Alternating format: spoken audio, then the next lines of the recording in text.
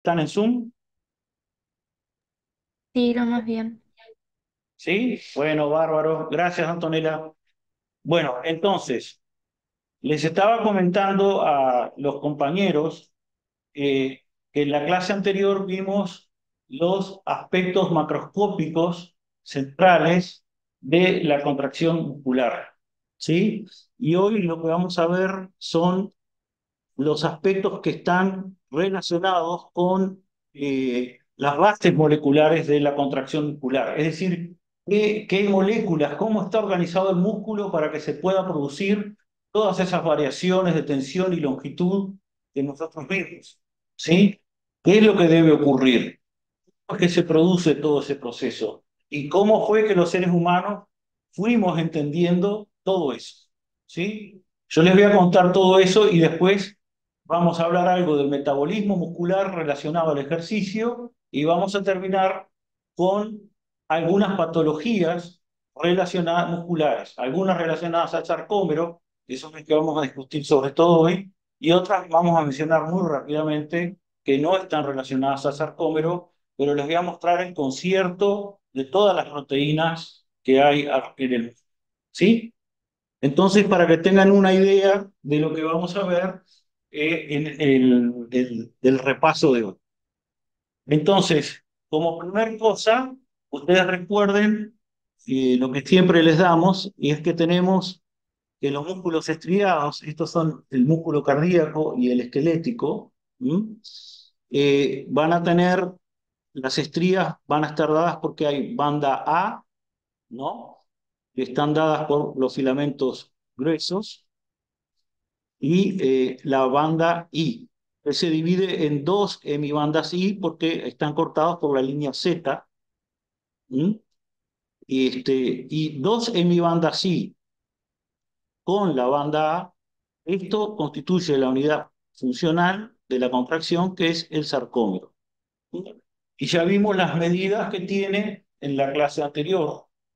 Vimos que la longitud óptima de los sarcómeros anda en alrededor de 2 a 2,5 micras, y que en general, como las fibras son muy largas, hay alrededor de 4.500 sarcómeros por fibra.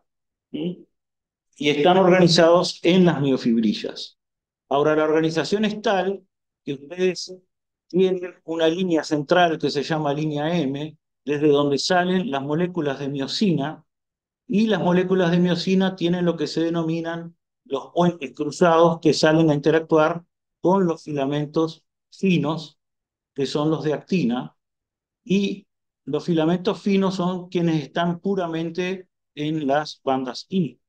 En cambio, en la banda A van a tener dos sectores, un sector que tiene filamentos gruesos y finos, y un sector que tiene solo filamentos gruesos, que es lo que se denomina la banda H, adentro de la banda A, ¿sí? Que sería este sector acá. Y en el centro de la banda A está la unión de los filamentos de miosina, que se denomina la línea M, ¿no? Pero fíjense que aparte de estas, tenemos una proteína que vincula a la miosina con la línea Z, en donde está la alfa-actinina, y está también la desmina, y al final de la clase vamos a ver un poco más eso en el contexto de toda una célula muscular. Eh, y esa proteína es la titina. Y la titina es muy importante para dar cuenta de las propiedades elastoméricas. La titina y las membranas musculares son muy importantes para dar cuenta de las propiedades elastoméricas de tensión pasiva que vimos nosotros antes. Hay otras proteínas que también sirven para organizar, como la nebulina, también que está a nivel de los filamentos finos. Pero no estamos hablando todavía de las proteínas regulatorias. ¿Sí? Entonces, ustedes ven que lo que va a existir es que en los filamentos finos va a existir una polarización, es decir, la polarización significa que no es lo mismo ir hacia afuera que ir hacia adentro, es porque son como semiesferas, pero polarizadas, ¿sí? Donde hay monómeros, que esas bolitas se denominan actina G, y cuando los monómeros, las bolitas, se polimerizan, se constituye en actina F. Sepan también que tanto la miosina como la actina son motores moleculares que trascienden las células musculares y las isoformas que están en el músculo están especializadas. La isoforma de miosina en los músculos es la tipo 2 y la actina también está en muchísimas otras células. Acá nosotros le damos todo lo especializado, pero todo lo que ustedes vean en el resto de la carrera cuando hablen de que quieren secretar, mismo en las neuronas, están también presentes muchas veces miosinas, que son otras isoformas. En el transporte axónico, por ejemplo, hay otra isoforma de miosina para llevar las vesículas de neurotransmisores a el extremo del botón sináptico, pero ahí hay miosina involucrada. Hay también, aparte de esto, está también los microtúbulos, ¿tá? Como parte de la concepción de lo que es el citoesqueleto. Bueno, vamos a ver entonces con un poco más de detalle esto. Y bueno, acá tienen la neulina y la titina. Y esto es lo que yo les comentaba la clase anterior, y es que fíjense que básicamente ustedes tienen los puentes cruzados de miosina y cada cierta distancia rota 120 grados y después otros 120, de tal manera que se produce los 360 grados, vieron que vuelve a la misma posición, cada 42,9 nanómetros. Entonces, cuando ustedes ven eso, implica que va a poder interactuar un filamento grueso con 6 filamentos finos. Esa es la estequiometría que hay. Si ustedes cortan la miofibrilla y la miran, van a ver que hay un filamento grueso con la capacidad de interactuar con 6 por esa periodicidad tan exacta que tiene. Y si eso se rompe la capacidad de generar las contracciones adecuadamente en el músculo. Vean también que como consecuencia de eso también hay un filamento fino, acá, que está rodeado de 3 filamentos gruesos. ¿Sí? Pueden ver las dos cosas ahí, que surgen como consecuencia de este ordenamiento. Y cuando se comenzó a estudiar todo esto, y se tenía cierta idea de que esto importaba para la contracción muscular, a la miosina se la digirió con tripsina. Y lo primero que se observó es que era una gran molécula, muy grande, y al digerirla con tripsina quedaba un sector que se llamaba meromiosina liviana, L es por light, de liviano del inglés, meromiosina, meromyosin es esto, ¿sí? Y otro sector que era la meromiosina pesada, heavy, ¿sí? Era la digestión que se producía a ese nivel. Y luego, cuando se digiere con papaína la meromiosina pesada, se veía que se distinguían dos sectores. Un sector que era la parte inicial de la cola de la cabeza de miosina, pero se veía que había una parte globular que era la que salía en esos que yo les digo como para tratar de interactuar con la actina. Y eso es la cabeza de la miosina. Y es esto que sobresale acá. ¿Sí?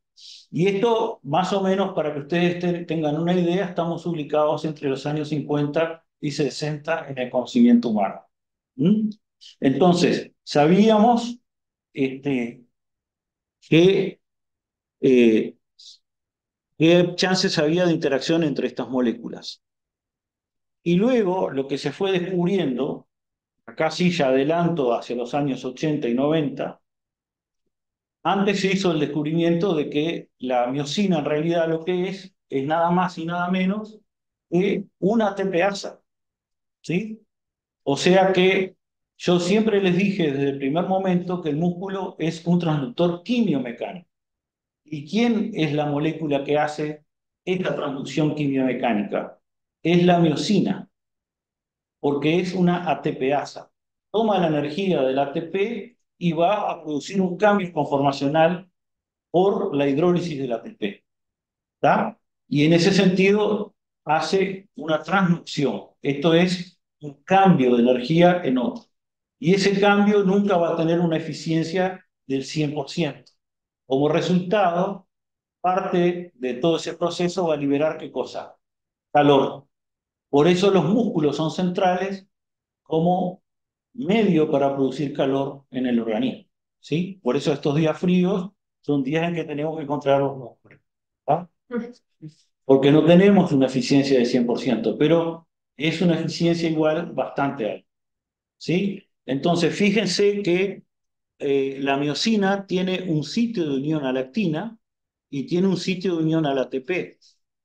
¿Y qué es lo que ocurre? ¿Por qué importa tanto el tema de la actina con la miosina? Porque la actina viene a ser una molécula que acelera la capacidad hidrolítica del ATP de la miosina. Ese es el juego.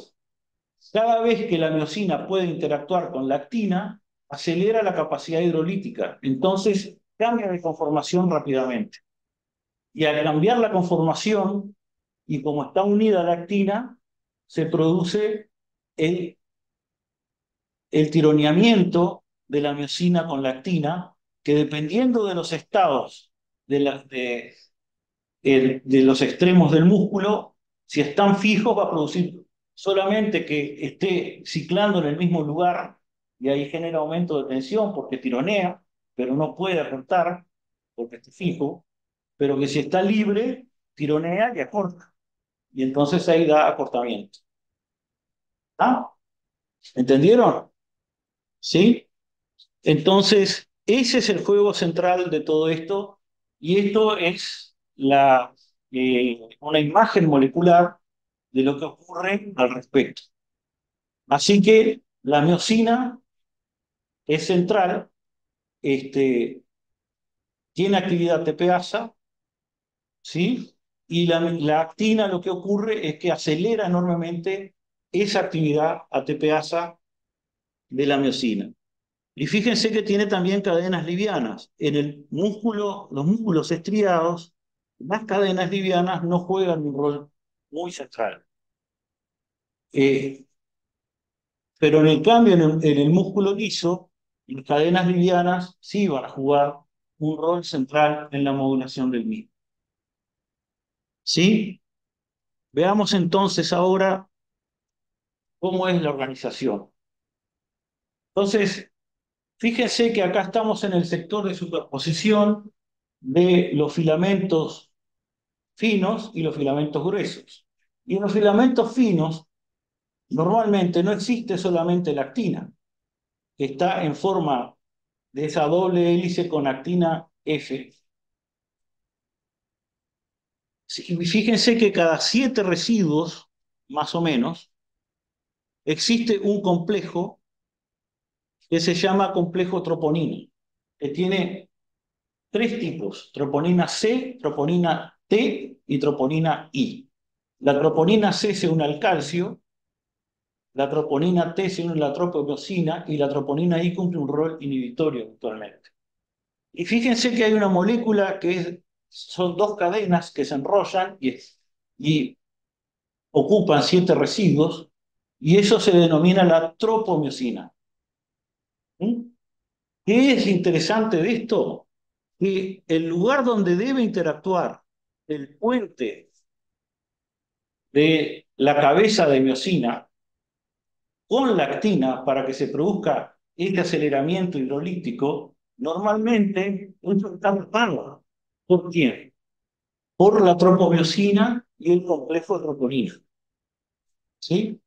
Sobre todo por la tropomiosina. ¿Sí? Entonces, no puede interactuar. Está tapado el sitio de interacción. Ahora lo vas a ver mejor. ¿Sí?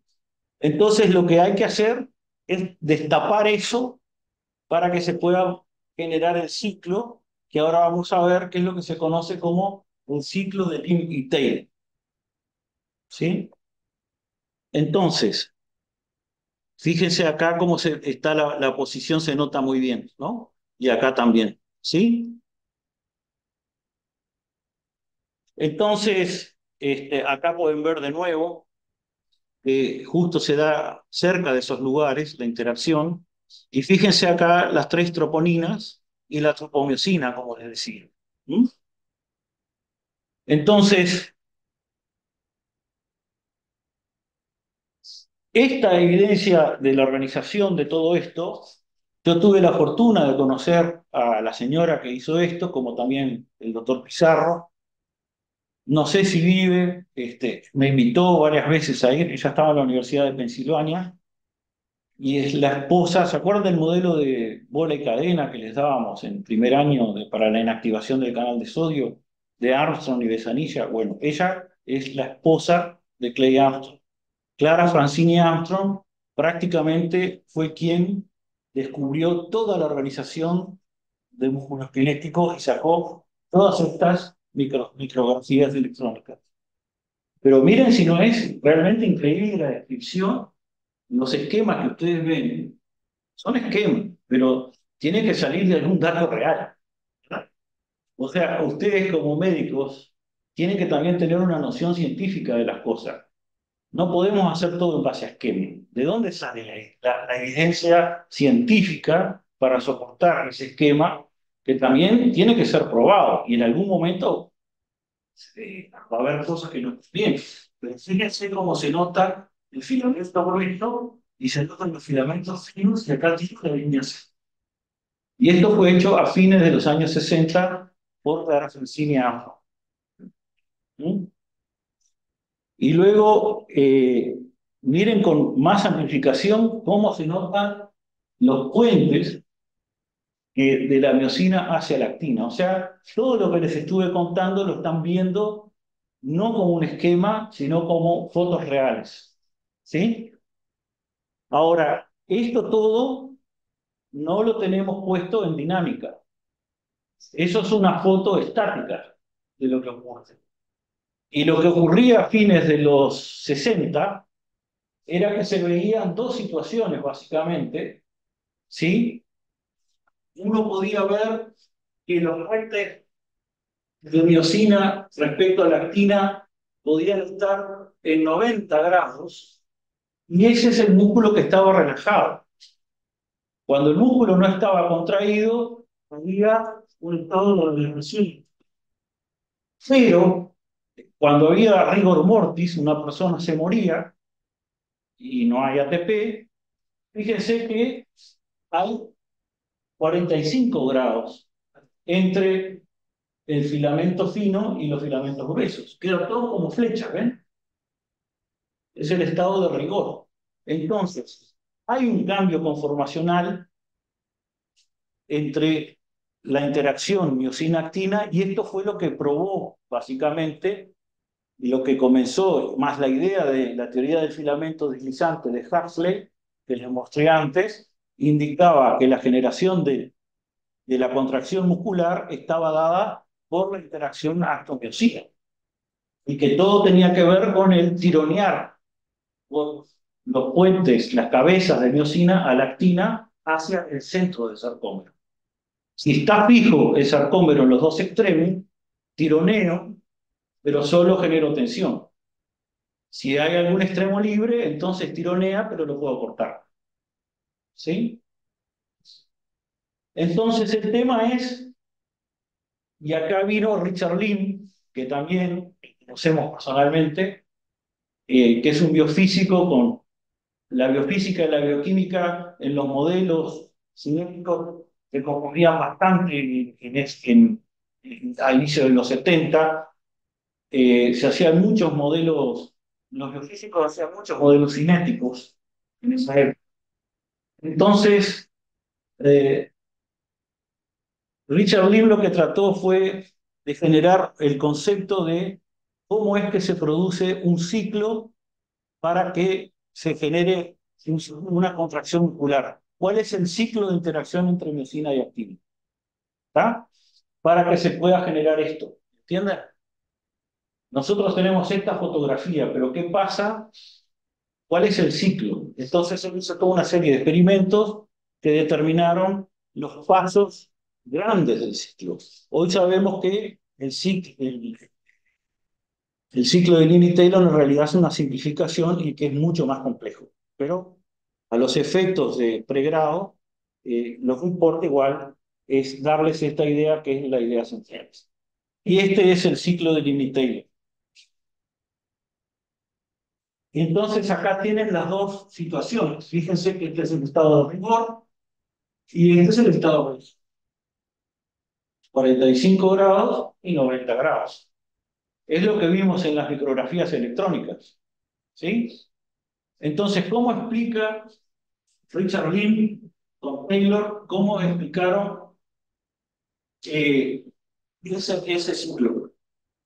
Cuando hay rigidez cadavérica, los muertos que quedan en estado de rigor contraídos, quedan con la cabeza de miosina unida a la actina y no hay ATP.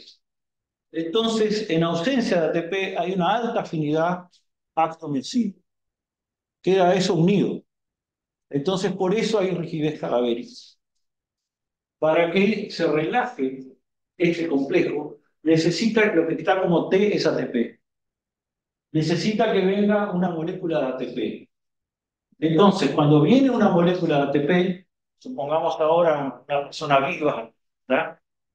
Entonces, y que ustedes están en movimiento para que se pueda mostrar, entonces viene la molécula de ATP y disocia el complejo actomiosina. ¿Ven? Se separa.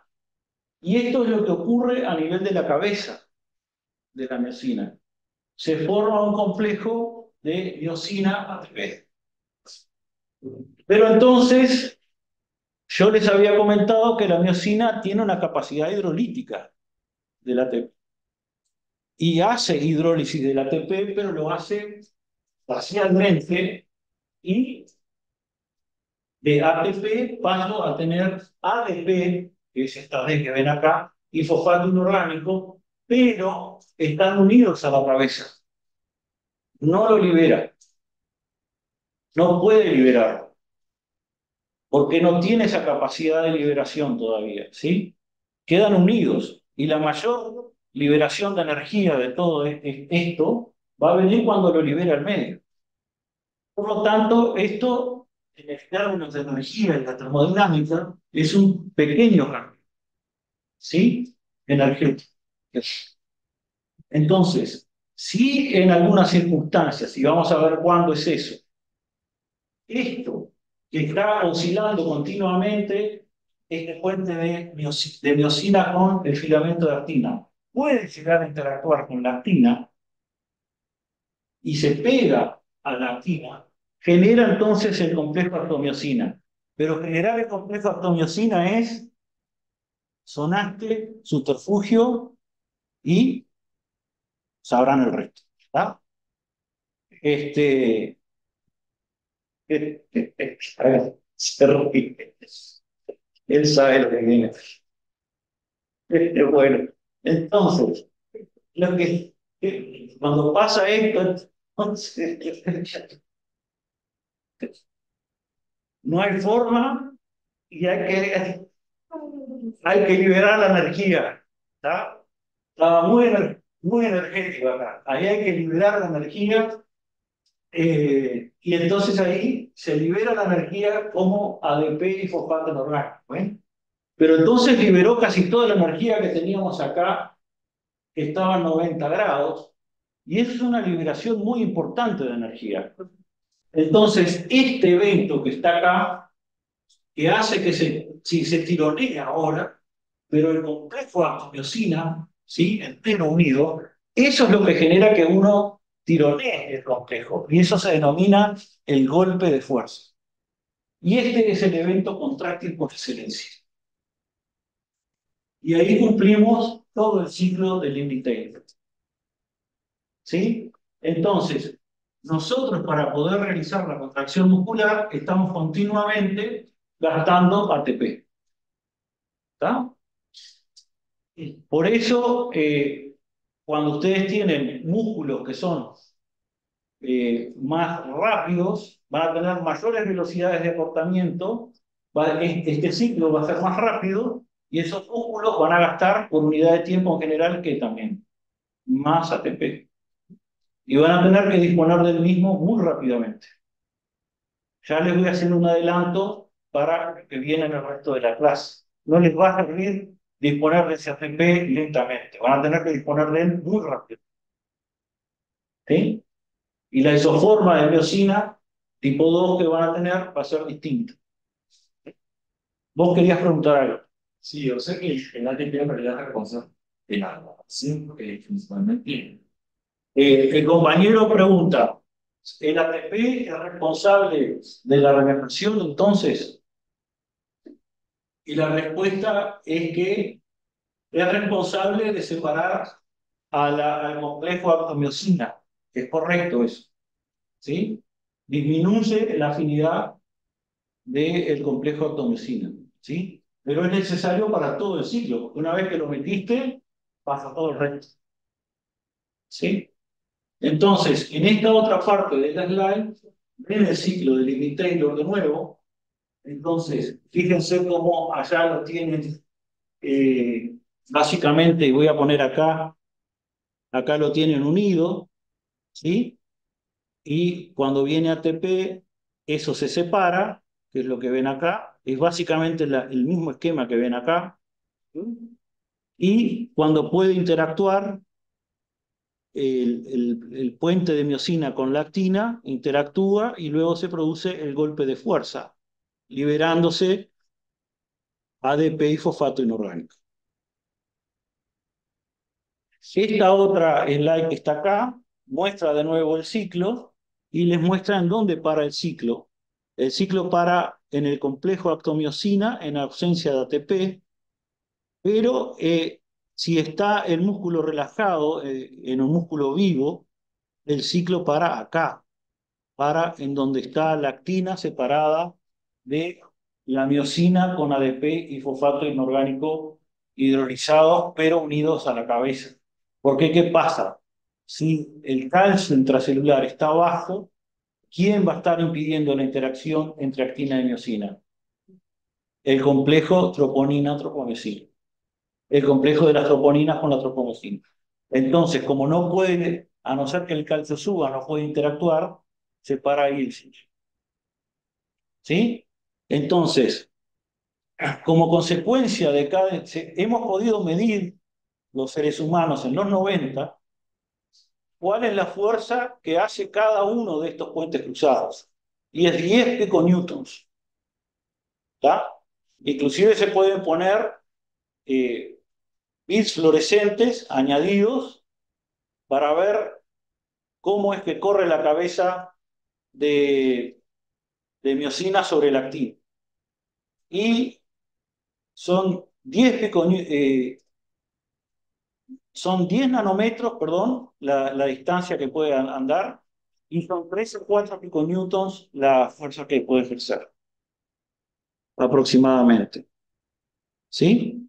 Ahí tienen, acá está solo puesto lo de la distancia, pero fíjense que son 10 nanómetros lo que puede tironear. O sea, cada ciclo que hace puede aportar 10 nanómetros.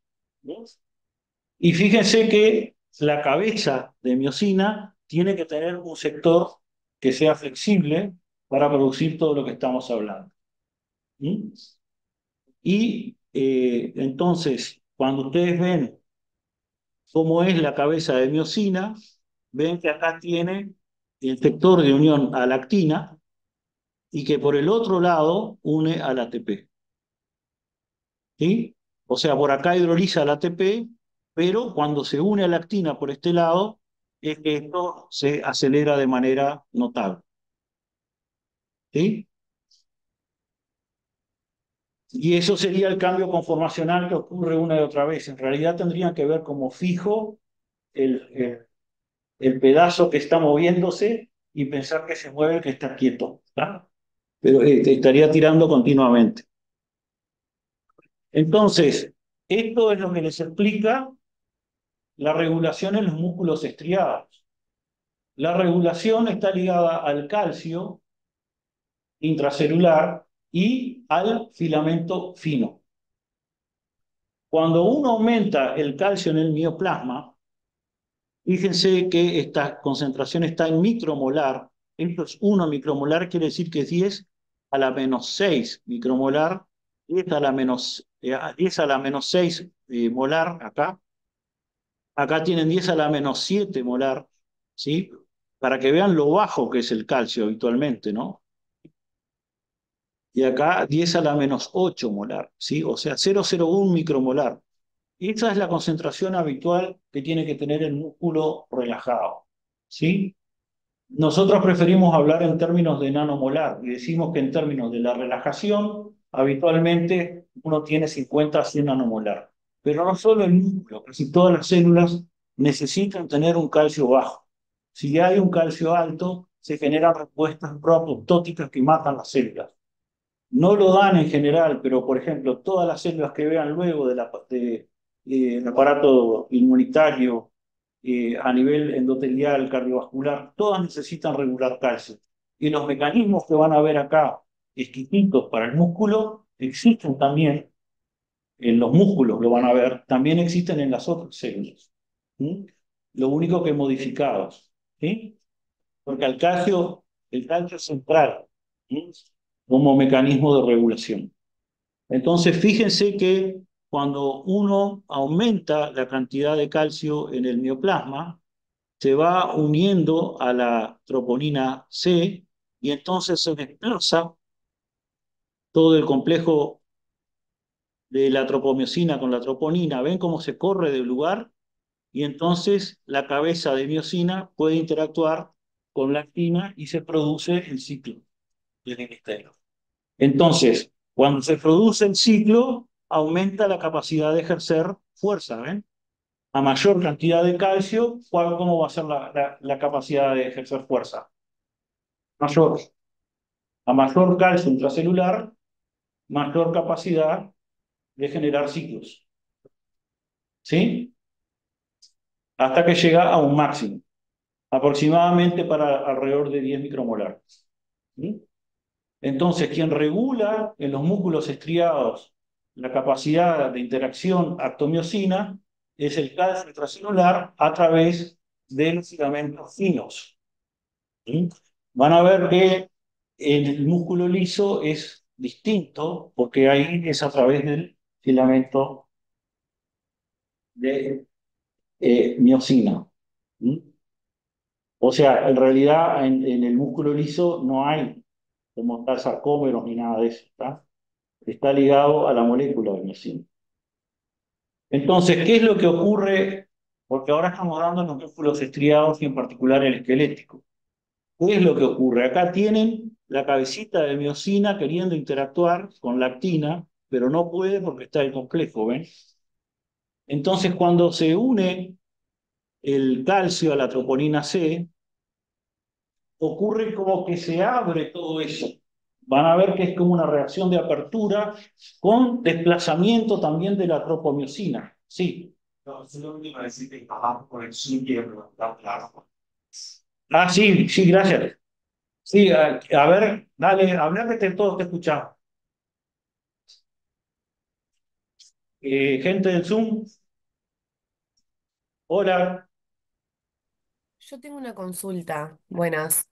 Sí, te escuchan todos, ¿no? Eh, Dale. eh, Porque no me había quedado claro, ¿cuánto era el máximo de que se llegaba de la capacidad para generar fuerza cuando aumentaba el calcio? Más o menos lo llegás a, mirá, acá está, es alrededor de 10 micromolar, ¿ves? Dale, gracias. Hola, yo Entonces, tengo otra pregunta. sí, dale. Quería saber entonces, cuando se libera el ATP, o sea, en ausencia de ATP va a haber la actomiosina, se va a desplazar a la izquierda, ¿Cómo decís vos?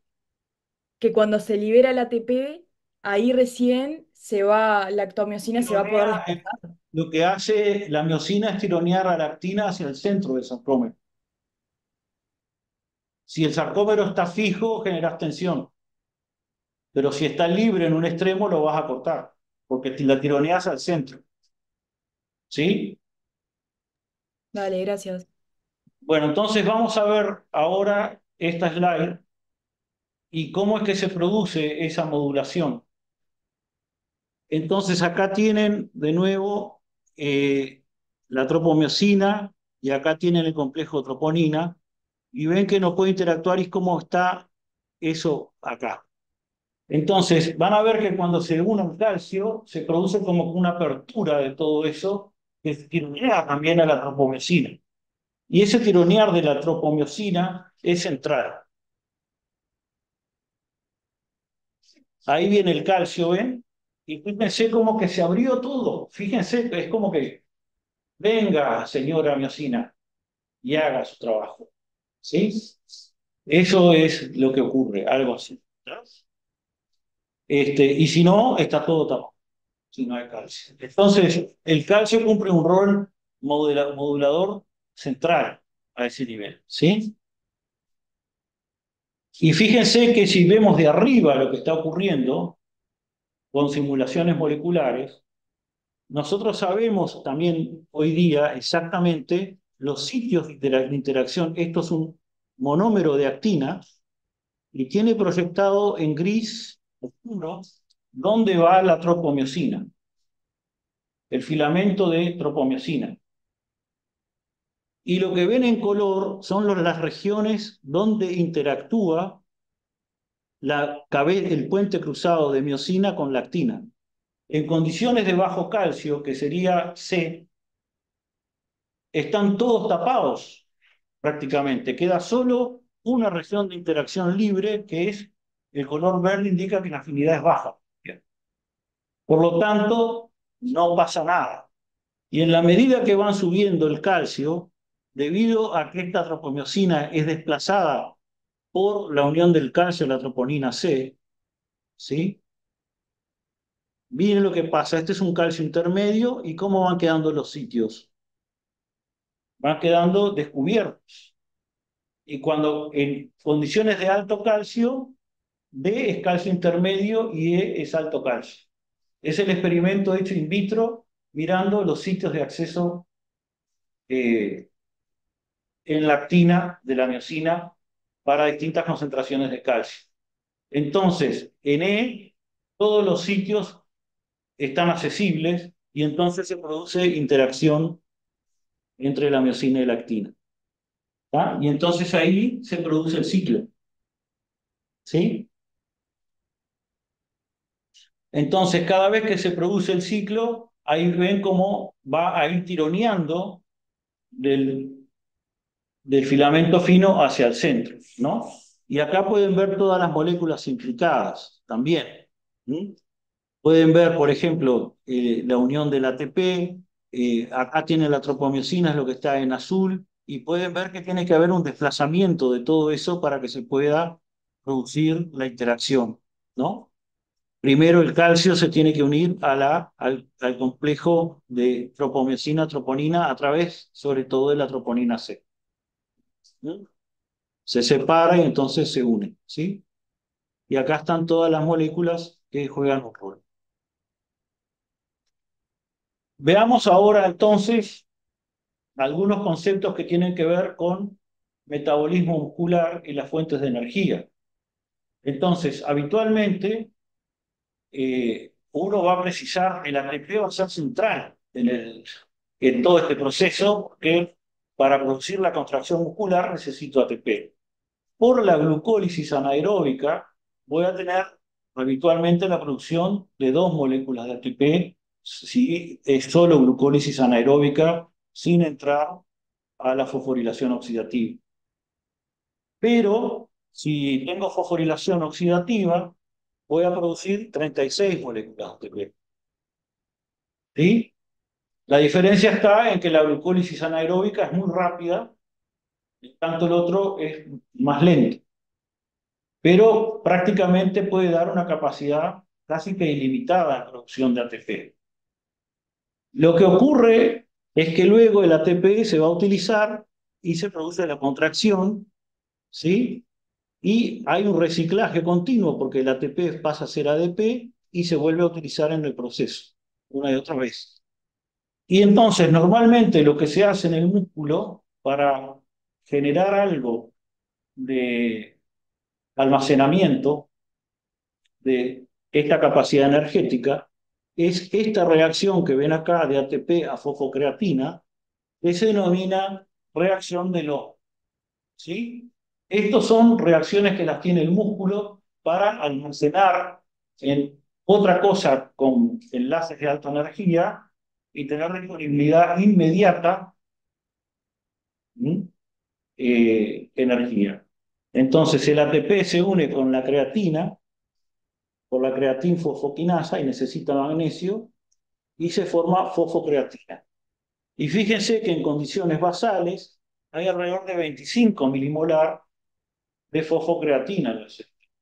Y la concentración de ATP libre, en cambio, queda en 4 milimolares.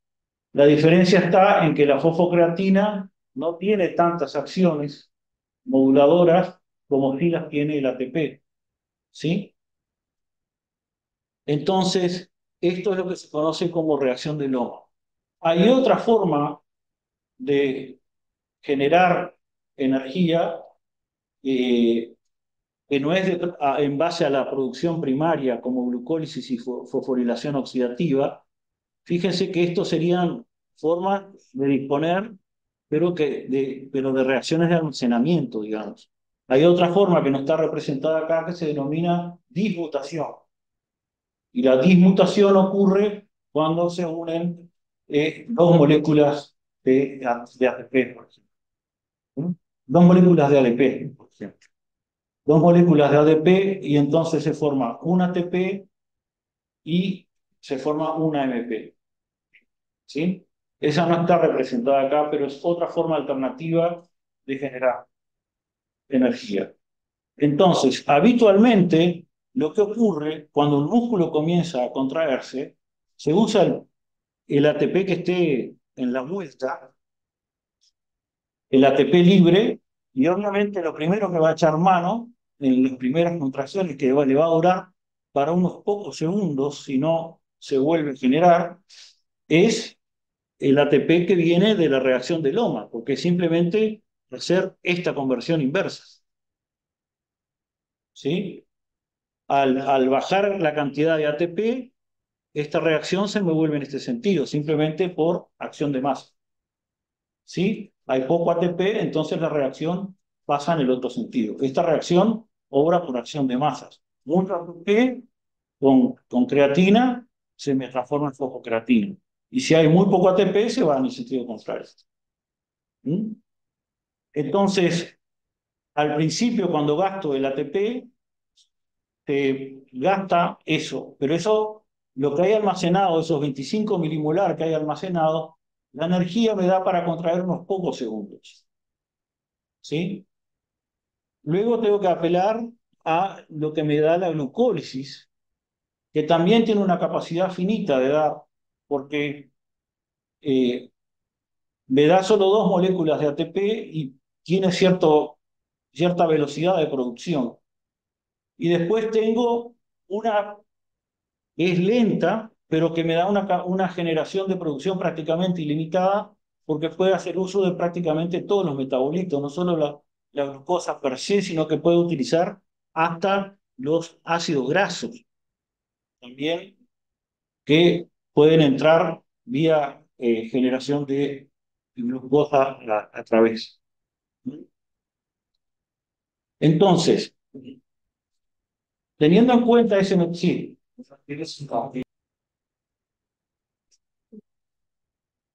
muchachos, Sí, ven los profe. tres tipos de fibra. Sí, profe, se ve. Sí, profe. Ah, yo les voy a leer a los que están acá presencial. Este tipo que ven acá están marcadas para la actividad ATPasa con pH ácido. O sea que esta negrita, como está acá, acá debería decir actividad ATPasa a pH ácido. Entonces, si yo marco una isoforma de miosina que tiene actividad ATPasa para pH ácido, ¿sí? Las que me van a quedar oscuras son las fibras más pequeñas, ¿ven? por la sección transversal del músculo. Los músculos van a tener distintos tipos de fibra. Bueno, van a tener algunas que son pequeñas, otras son intermedias y otras más grandes. Y fíjense que las otras intermedias y las más grandes son más claras. Cuando se marcan para una isoforma de la miosina que tiene actividad ATPasa con pH ácido. ¿Sí? Si yo marco ahora la isoforma de la miosina que tiene pH alcalino, sobre todo, que es reactiva al pH alcalino, las que se marcan no son las oscuras, las chiquitas, sino que se marcan las otras, fíjense, es el mismo corte, pero con distinta marcación. O sea, miren estas tres cepas, ahora están oscuras. ¿Sí? Y estas dos que acá están bien oscuras, ¿sí?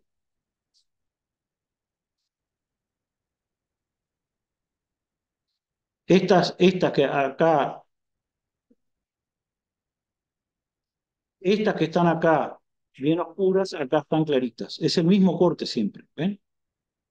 O sea que esa isoforma de miosina marca otro tipo de fibras. Y esas son fibras de tipo 2. Y luego puedo tener otra distinción más, que es por la capacidad de producción glucolítica que tengan y marcar a la NADH deshidrogenasa mitocondrial o dejarla clara, ¿no? En este caso, lo que me quedan son fibras muy claras como las más grandes. Y eso va a indicar que ahí hay mucha glucólisis. Entonces, me voy a poder dividir todo en tres tipos de fibras en general. Las fibras de tipo 1, las fibras de tipo 2 que se van a dividir en dos tipos, 2A y 2B. ¿Mm? Porque vimos que hay básicamente de la miosina de tipo 2, de dos isoformas. La 1, que era la ácida, y la 2, que era la alcalina. Pero a su vez, por la NADH, vemos que hay 2A y 2B, ¿sí? En cuanto a esos tipos de fibra.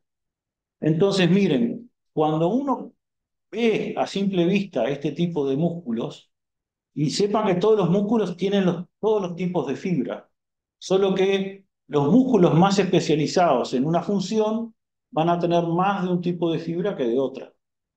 Entonces, las fibras de tipo 1 van a tener color rojo. En cambio, las fibras de tipo 2B van a tener color blanco. ¿Sí? ¿Y por qué va a ser esto? Esta tabla que está acá es muy fácil y no tiene por qué aprenderla de memoria. Las fibras que son pequeñas, en realidad, tienen un buen marcaje para las mitocondrias, que era lo que se vio al final, quedan muy oscuras para las mitocondrias. ¿Sí? Entonces, estas fibras de tipo 1 que quedan muy oscuras para las mitocondrias, en general, si tienen muchas mitocondrias, quiere decir que van a necesitar mucho intercambio de ¿qué? De oxígeno. Entonces va a tener que tener mucha irrigación. ¿Entienden? Entonces, el color que va a adoptar eso, ¿cuál va a ser? Rojo. Y también tiene mioglobina, aparte de eso. Entonces, estas fibras van a ser rojas por eso, porque van a tener que estar altamente capilarizadas. A partir de ahí, de memorizar de que estas fibras dependen sobre todo de la fosforilación oxidativa, de todo el resto, ¿eh? Van a ser rojas, van a tener una alta resistencia a la fatiga, porque el metabolismo es mitocondrial, ¿no? Y básicamente tienen producción ilimitada de ATP, el diámetro va a ser pequeño, la actividad ATPasa de la miosina va a tener que ser lenta, porque yo tengo que usar el ATP que se produce también lentamente y se tiene que equiparar la velocidad de uno con el otro. La velocidad de contracción es lenta. El consumo de ATP asociado a la actividad contráctil también es lento, ¿sí? O sea, cada ciclo es mucho más lento si hacemos la velocidad de acostamiento en función de la fuerza. La velocidad del ciclo es mucho más lenta que para una fibra de tipo rápida. La tinción a pH ácido da oscura y a pH básico da clara. El metabolismo es oxidativo o aeróbico, tiene una alta cantidad de mitocondria, está muy capilarizado, tiene una alta cantidad de mioglobina de citocromo, porque tiene mucha mitocondria. No le importa, como no usa tanto la glucólisis, tiene bajo contenido, ¿sí? Y el contenido de grasa neutra es alto, porque utiliza la grasa también para hacer glucólisis, para hacer fosforilación oxidativa. La bomba de calcio es baja y los tipos de contracción son mantenidas y lentas. Por ejemplo, en el caso del sodio, ¿sí? El músculo que está acá, ¿sí? Todos los músculos ya mantienen, ¿sí? Todos esos músculos van a ser predominantes con fibras de tipo, no, ¿sí? Son todos los músculos que exigen una actividad tónica permanente. Van a tener sobre todo ese tipo de fibras. Veamos el otro extremo, ¿está? Y acuérdense que las fibras de tipo 2A son intermedias. En el otro extremo tenemos músculos que van a ser blancos porque no hay tanta irrigación. El diámetro, la resistencia a la fatiga es baja. Son grandes estas fibras. La actividad ATPasa de la miosina es muy rápida. La velocidad de la contracción también es muy rápida, ¿sí? Es decir, que cuando comienza a cicla muy rápido el ATP. Puede provocar contracciones muy rápidas, ¿sí? Y el consumo de ATP asociado a la actividad contráctil por unidades de tiempo por segundo, como el otro era así, ¿no? Entonces, por segundo uno gasta, yo qué sé, 5, y el otro, que va así, le gasta 10, 20, ¿tá? Consume mucho más ATP por unidad de tiempo, el 2B, ¿vieron? Y la tinción ocurre sobre todo para pH alcalino. El mecanismo por el cual dispone de la energía tiene que ser muy rápido, ¿sí? No le sirve un mecanismo lento.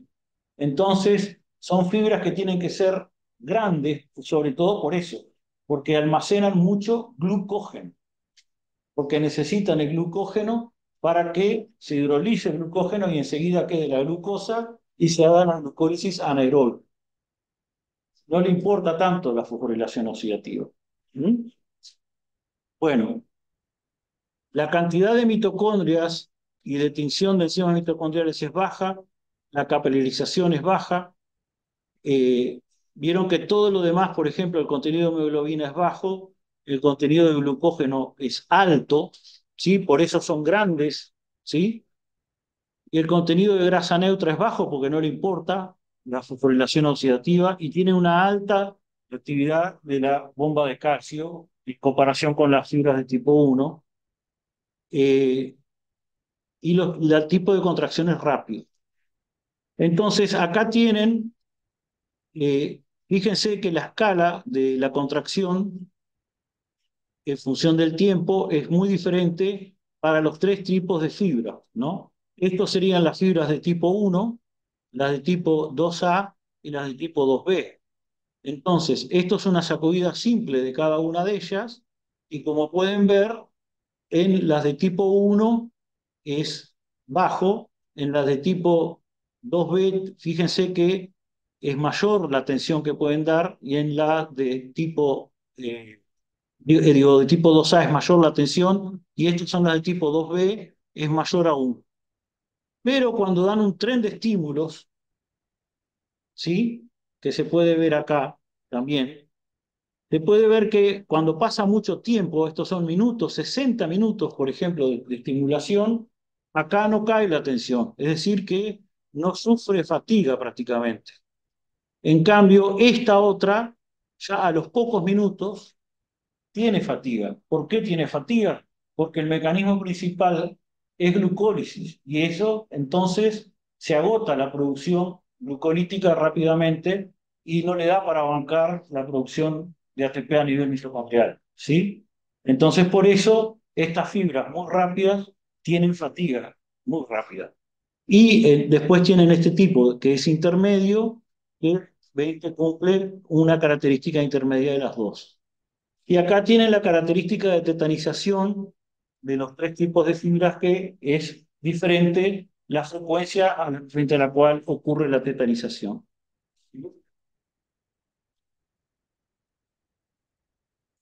Entonces, estos tipos de fibras están asociadas a distintos tipos de unidades motoras. La unidad motora tiene que ver con la motoneurona y todos los tipos de fibras musculares que van a inervar las mismas, ¿sí? Y para un tipo de motoneurona va a haber un solo tipo de fibra muscular.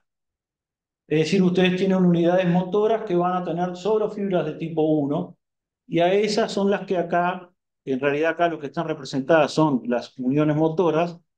Las slow, por ejemplo, son las que van a tener las fibras de tipo 1. ¿Sí? Las de tipo 2A van a tener las intermedias y las de tipo 2B van a tener la rápida fatigable, ¿sí? O sea que el tipo del nombre de la unidad motora para las fibras de tipo 1 se llama S o lenta, para las de tipo 2A se llama SR, que quiere decir rápida y resistente a la fatiga, y para las de tipo 2B quiere decir rápida y fatigable. Fíjense que el tamaño de las motoneuronas es distinta para cada una. Para la 1 es pequeña, para la 2A son motoneuronas medianas y la 2B son grandes. Y todas estas motoneuronas, ¿en dónde están? Ustedes que estudiaron anatomía e histología, ¿están localizadas dónde?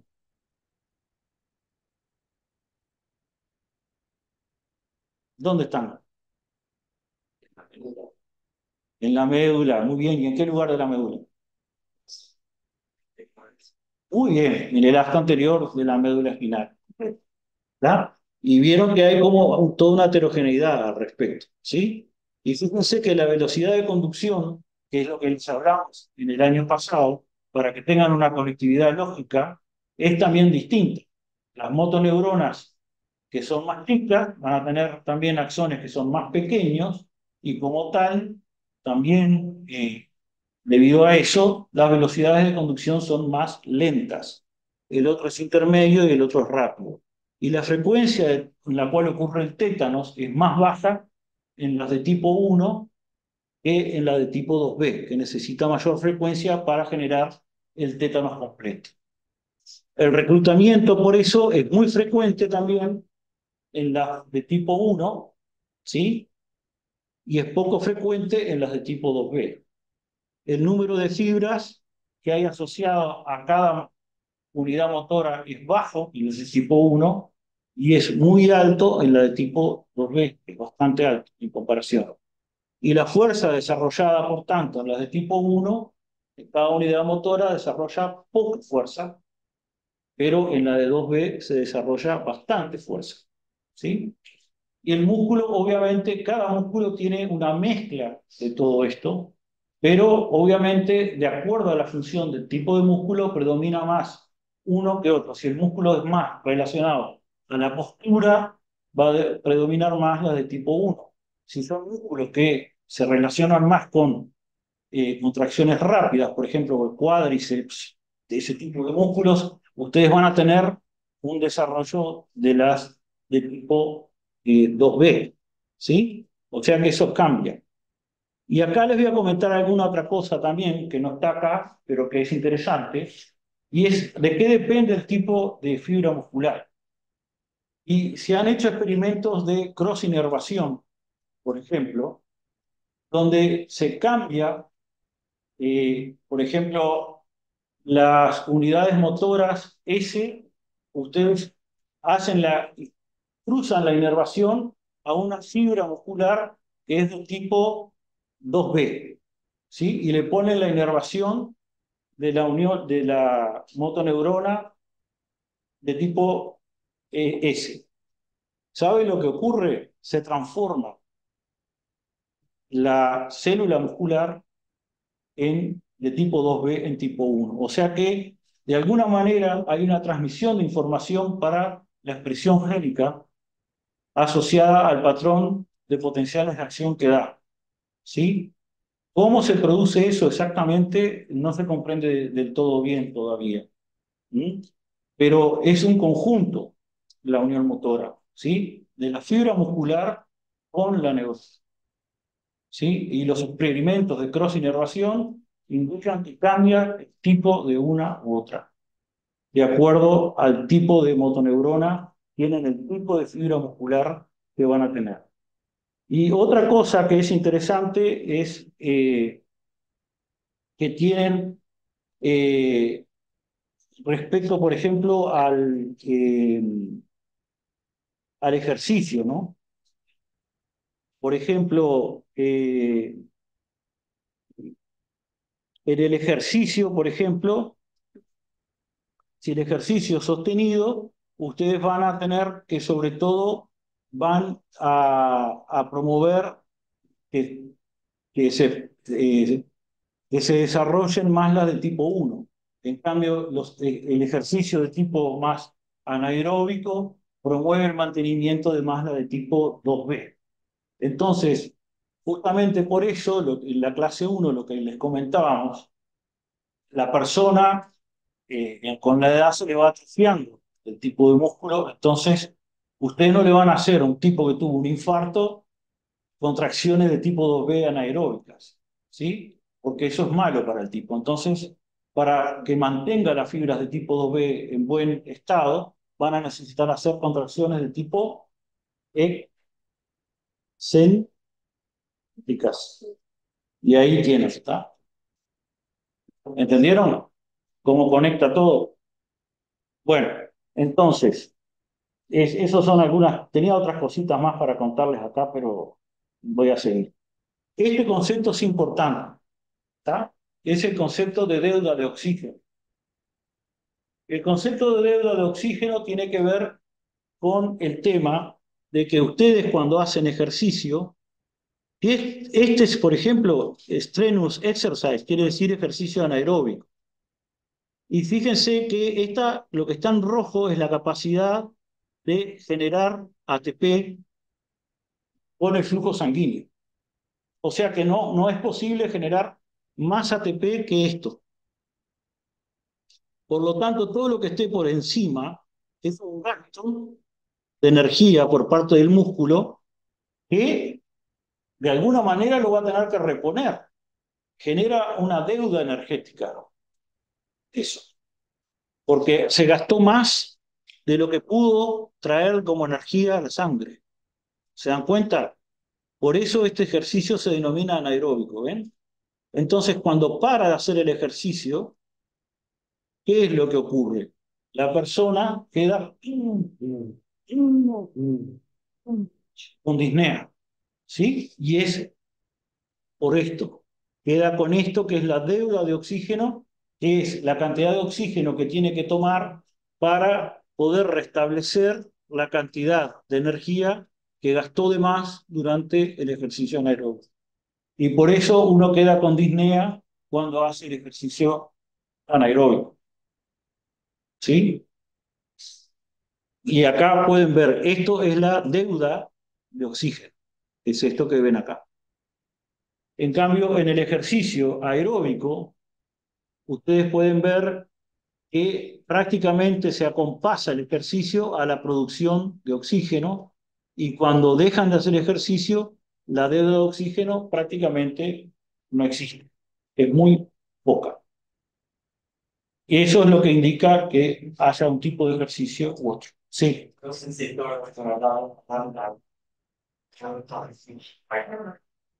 ¿Sí? ¿Pueden ver ahora? Bueno, esas interrupciones rápidas sí, ¿viste? Las otras son matadoras. Bueno, entonces, ahora vamos a ver cosas nuevas que les hicimos con Gonzalo siempre les queremos dar alguna cosita de patología nueva. Entonces, acá no se ve justo, pero yo les voy a comentar lo que dice arriba, lo que está tapado. Y dice enfermedades musculares que se dividen en dos, para los que están en presencial.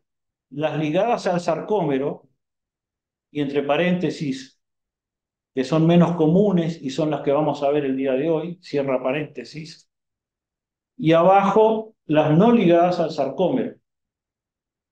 Estas son las más comunes y van a comprender distrofias y canalopatías, cierra paréntesis. ¿Mm? Entonces, esas son las enfermedades musculares que hay, y fíjense acá cómo es el contexto de la célula muscular. Es mucho más complejo de todo lo que veíamos. Acá tienen las fibrillas, pero fíjense que las líneas Z, por medio de la alfa-actinina, se unen luego a la membrana, ¿no? Y hay una unión. En general, se sabe también que la relación con las mitocondrias tiene que ver con la desmina. Y para la relación con la membrana de todo esto, hay todo un complejo de proteínas acá, en donde está esto que es la distrofina, que cuando esto eh, tiene mutaciones o se carece de proteínas a este nivel, son las distrofias musculares más frecuentes, por ejemplo, la distrofia de Duchenne, que no la vamos a ver ahora. Eso conduce a rotura de la membrana y entra calcio, y como ustedes saben, si entra calcio, se produce una contracción. ¿Está? Esas son las no ligadas al sarcómero, ¿sí? Porque están ligadas al resto del citoesqueleto. Yo les quería mostrar con esta que está acá, que nosotros tenemos no solo los sarcómeros, sino que tenemos cosas extrasarcoméricas. Pero dado que hoy estuvimos hablando de lo que ocurre en el sarcómero, vamos a ver que hay también enfermedades ligadas a patología del sarcómero. ¿Sí? Entonces, acá me salté uno. Lo que ocurre a nivel del sarcómero, y acá voy a poner lo que quedó tapado, ¿sí? Hay, para los que están presencial, mutaciones en las proteínas sarcoméricas, es la primera casilla que hay acá arriba. ¿Está? Mutación en proteínas sarcoméricas. Y lo que estaría arriba del que no sé cómo está acá. Eso lleva a una función descontrolada de algunas proteínas. Generalmente, hipercontractilidad sería la segunda casilla que no se ve. ¿Mm? Y esas dos cosas finalmente terminan en una mecánica alterada que lleva al desarrollo de segmentos contráctiles diferenciales, ahora sí ven, ¿sí? En distintos segmentos celulares, lo cual produce contracciones alteradas en embriones y neonatos y niños jóvenes. ¿Mm? Porque lo que ocurre con las patologías ligadas al sarcómero es que se contraen algunos sectores y otros no. ¿Sí? En algunos sectores está relativamente bien, funciona bien, y en otros no. Entonces, esos sectores que funcionan bien se ven exigidos a hipercontraerse.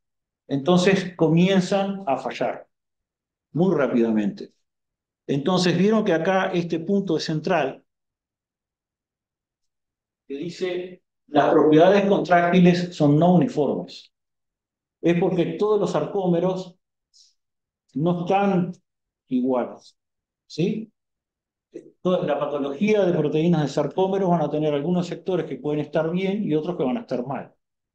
Entonces, la dinámica del sarcómero implica que hay estiramiento de algunas células o segmentos, y eso lleva a que, recuerden que les dije que nosotros no les estamos dando, pero que el músculo también secreta cosas, ¿sí? Entonces envía células de señalización autócrina o parácrina del músculo, que a su vez lleva a una realimentación positiva de esas propiedades contráctiles uniformes. Entonces, el ciclo patológico se va dando cada vez más, lo cual conduce finalmente a la destrucción de las células o de los segmentos celulares, particularmente en el músculo esquelético. Vamos a ver dos casos, hay varios casos, pero dos casos, por ejemplo, la falta de miosina. Hay casos en donde puede haber mutaciones totales con falta de la miosina de tipo 2. Recuerden que esta es la isoforma tipo 2 de miosina. Entonces, en ese caso, hay distrofia muscular. ¿Sí? Y esto se ha podido ver en ratones. Acá tienen el sarcómero normal, pero cuando hay una atrofia de la miosina, que es lo que está en rojo, ¿sí? Que se ve acá también en rojo, ¿sí? Se puede ver cómo se pierde toda la estructura sarcomérica. Y entonces se lleva a una atrofia muscular severa con una pérdida de los mecanismos a ese nivel y como resultado final hay fibrosis en el músculo esquelético. ¿Mm?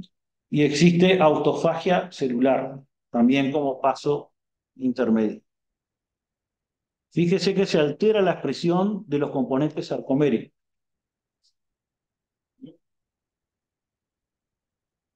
Y hay otra que sobre todo se ve en corazón como más frecuente y más importante, que lo que dicen dos, para los que están acá en el salón, dice una pequeña proteína sarcomérica con grandes consecuencias, entre paréntesis, sobre todo en el corazón. Cierra paréntesis. ¿Sí? ¿Me están siguiendo para anotar? Y se llama Myosin Binding Protein, proteína de unión a la miosina. Y entre paréntesis, MYBPC, cierra paréntesis, muscular. ¿Lo puedo repetir? Sí. Dice 2, una pequeña proteína sarcomérica con grandes consecuencias, entre paréntesis, sobre todo el corazón, que se llama la Myosin Binding Protein, o, entre paréntesis, MYBPC, cierra paréntesis, muscular. ¿Sí? ¿Vamos todos hasta ahí? Ese es el título que está tapado, esposa, que no sé quién lo activó. Bueno, entonces, fíjense que acá tienen el filamento fino y acá tienen el filamento grueso y fíjense cómo está la titina y este es un esquema más nuevo. Fíjense que salen, en realidad no sale una sola titina, sino que salen de cada molécula de miosina, sale un filamento de titina. Y fíjense que hacia el sector más central del filamento grueso, la orientación de las cabezas de miosina necesitan de una proteína que no les mencionamos, que es este collar negro que ven acá. ¿Lo ven? Y acá se ve con mejor resolución. Eso orienta toda la estructura a ese nivel, en los dos músculos estriados. ¿Sí? Y esa proteína se llama Myosin Binding Protein. Entonces, ustedes tienen las isoformas de los músculos estriados que están acá. Tienen dos en el músculo esquelético y una en el músculo cardíaco. ¿Y qué funciones cumple en el músculo esquelético? Tiene funciones estructurales que tienen que ver con la homeostasis en el músculo y con la integridad del sarcómero. Si ustedes quitan esa proteína, se pierde la integridad sarcomérica. O sea que por eso es una enfermedad muscular ligada al sarcómero. Y en la regulación funcional, fíjense que tiene que ver con la interacción actomiosina, porque justamente les da la orientación adecuada, con regulación de la miosina, ese lugar, y también regula a la tropomiosina, porque está en los dos filamentos. Está en el grueso, pero también va al fino. ¿Sí? Y finalmente también tiene algo que ver con la capacidad de cómo la troponina C se regula por el calcio. Así que estos son todos los roles que puede cumplir. Y cuando hay mutaciones, existen enfermedades que son relativamente raras, pero que se ven, que se llaman, por ejemplo, la artrohiposis. ¿No? También se le dice artrohiposis distal o DA1, que está caracterizada por contracturas en los extremos, ¿sí? Y generalmente tienen la boca cerradita, ¿sí? ¿Sí? Como tipo pez, ¿sí? No son letales estas mutaciones, pero hay personas que tienen un estado de semicontracción distal y generalmente andan como con la medio cerradita la boca así para hablar. Ahora hay otras mutaciones de esta proteína en el músculo esquelético que sí son bastante más terribles porque dan lugar, pero no todo este síndrome se debe a esta proteína, pero algunas causas sí, que es lo que se llama el síndrome letal contráctil congénito. Es un desorden genético recesivo autosómico que se caracteriza por la inmovilidad total del feto, que se detecta alrededor de la semana 13 de la gestación. ¿Mm? Eh, Tiene múltiples causas, pero una de ellas es mutaciones en estas proteínas a nivel de músculo genético. ¿Tá? O sea que puede ser relativamente benigna, como en la DA1, pero también puede ser terriblemente letal en el LSSC. Y bueno, y esto es lo que les tenía para contar el día de hoy. Y terminamos con 5 minutos a pesar de los percances que hubo. Va a quedar un poquito más corta después. Gracias por venir y gracias a todos los que han estado. Muchas gracias. Bueno, Gracias a ti, profe. el lunes seguimos, ¿no?